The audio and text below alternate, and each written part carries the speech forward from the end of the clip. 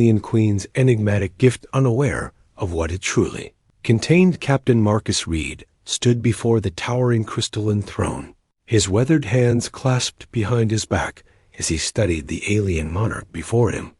Queen Vera of the Altanian Empire possessed a grace that transcended species, her translucent blue skin shimmering with bioluminescent patterns that pulsed in rhythm with her heartbeat. Her 4 eyes, each a different shade of violet, regarded him with an intelligence that made him feel as though she could see through his very soul. The negotiations had lasted 3 standard days. Earth's first contact with an advanced alien civilization had begun with territorial disputes over the mineral-rich Kepler system, but had evolved into something far more complex. The Altanians possessed technology that could revolutionize human space travel, while humanity offered something the ancient empire had lost centuries ago: genetic diversity and the spark of innovation that came with it. "Your species fascinates me, Captain Reed," Queen Vera spoke, her voice carrying harmonic undertones that resonated through the vast throne room. "In all our millennia of existence, we have encountered countless civilizations. Most bow before our might or flee in terror, yet humans choose neither path." Marcus maintained his diplomatic composure, though he felt the weight of representing his entire species. "We prefer to find common ground, Your Majesty. Mutual benefit serves everyone better than conquest or submission." The Queen's patterns shifted to what he had learned indicated amusement. "Indeed.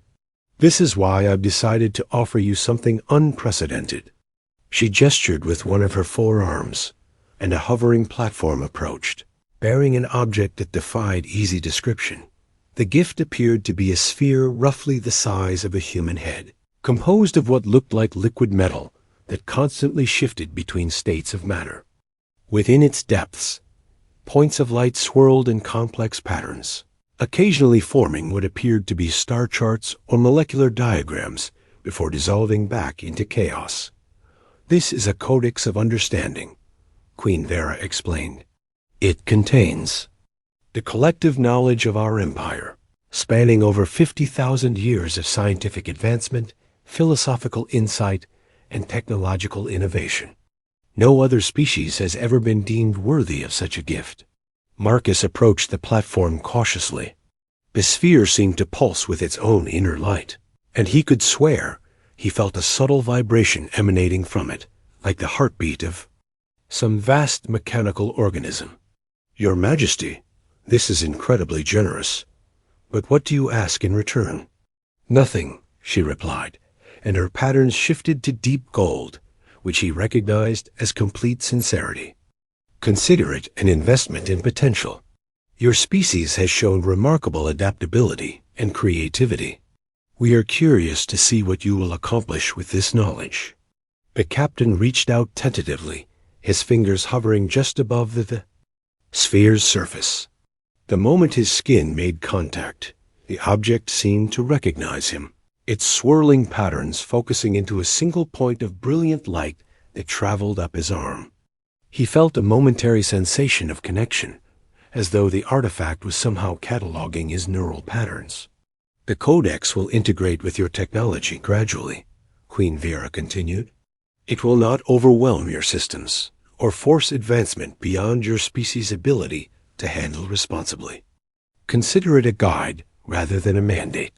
Marcus carefully lifted the sphere, surprised by its weightlessness, despite its apparent density. How can we ever repay such generosity?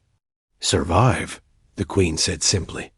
"Grow, explore, become more than what you are today."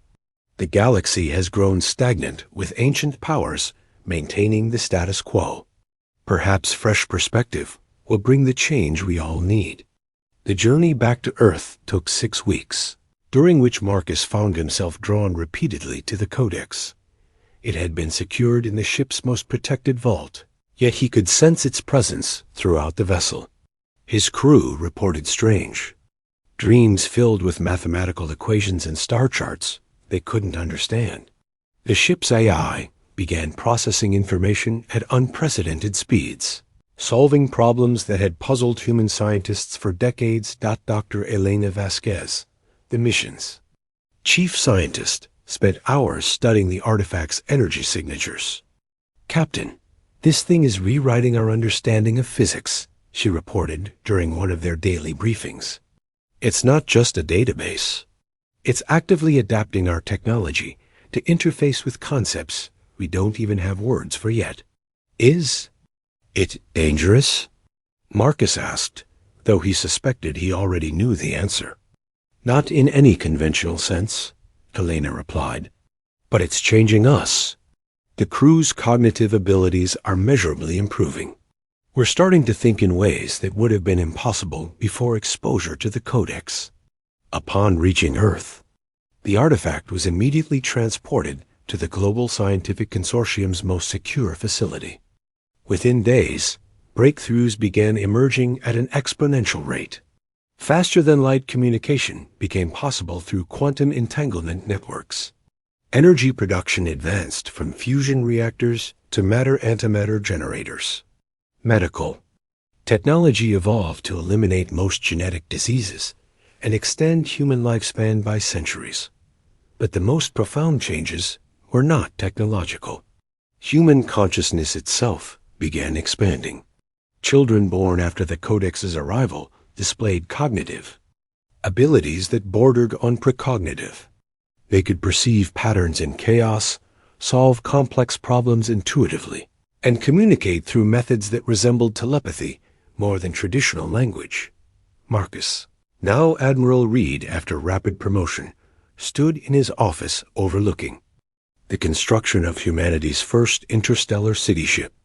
Earth had become too small for a species that now thought in terms of galactic expansion rather than planetary exploration. The Codex had given them the tools to become a truly spacefaring civilization, but it had also fundamentally altered what it meant to be human. Dr. Vasquez entered his office with a worried expression. "Admiral, we've made a discovery about the Codex that you need to see." She activated a holographic display showing the artifact's internal structure. "We've been monitoring its neural patterns since arrival. We initially thought it was simply a sophisticated computer, but the truth is far more complex." The hologram revealed layers of consciousness nested within the sphere like Russian dolls. "It's not just containing Altanian knowledge," Elena continued. "It's containing Altanian minds, thousands of them.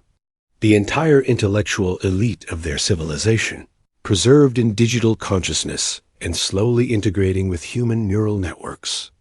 Marcus felt his enhanced mind process the implications instantly. They're not just sharing their knowledge. They're ensuring their survival by merging with us. The question is whether this was always Queen Vera's intention, or if the Codex is operating beyond her original parameters. As if summoned by their conversation, the Codex began projecting a holographic image of Queen Vera herself. Her patterns now displayed deep satisfaction, mixed with anticipation. "Greetings, humans," her recorded consciousness spoke. "If you are seeing this message, the integration has progressed sufficiently for you to understand the truth. We are not dying as a species. We are evolving. Through you, we become something neither purely human nor purely Altanian, but something greater than either could achieve alone." Marcus realized with crystalline clarity that humanity had indeed received a gift beyond measure. They had become the inheritors of an ancient empire's wisdom, but they had also become the vessels for its resurrection. The galaxy awaited their emergence as something entirely new. The gift had been accepted. The transformation was complete. What emerged